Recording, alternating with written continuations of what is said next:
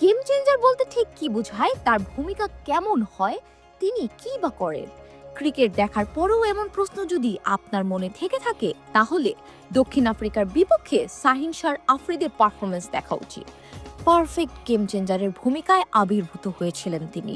প্রোটিয়াদের দিকে ঝুঁকে যাওয়ার ম্যাচটা একরকম ছিনিয়ে নিয়ে এসেছিল পাকিস্তান। হেনরি ক্লাসেন এবং ডেভিড মিলারের অনবদ্য জুটিতে জয়ের সমীকরণ অনেকটাই সহজ হয়ে গিয়েছিল।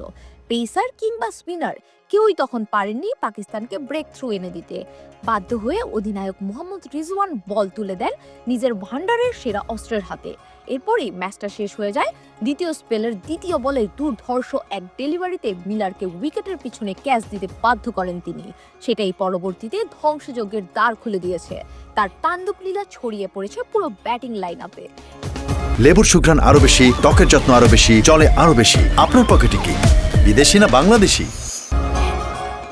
মিলারকে আউট করার পরের ওভারেই মার্কো জনসনকে আনপ্লেয়েবল একটা ডেলিভারি উপহার দেন শাহিন। সরাসরি বোল্ড হয়, ফিরে যান জনসন।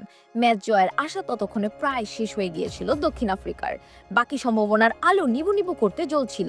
অথচ আরও একটা মারাত্মক ইয়র্কার তিনি আউট করে দেন পেলুওয়েকে। তাতেই সফরকারীদের পরাজয় নিশ্চিত হয়ে যায়।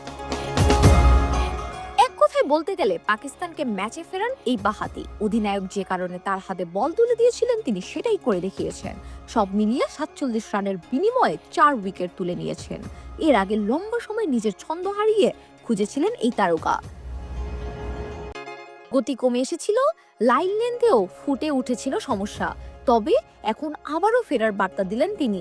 এখন দেখার বিষয় প্রত্যাবর্তন কতটা শক্তিশালী হয়। শাহানা পারভীন নূপুর, খেলা ৭১।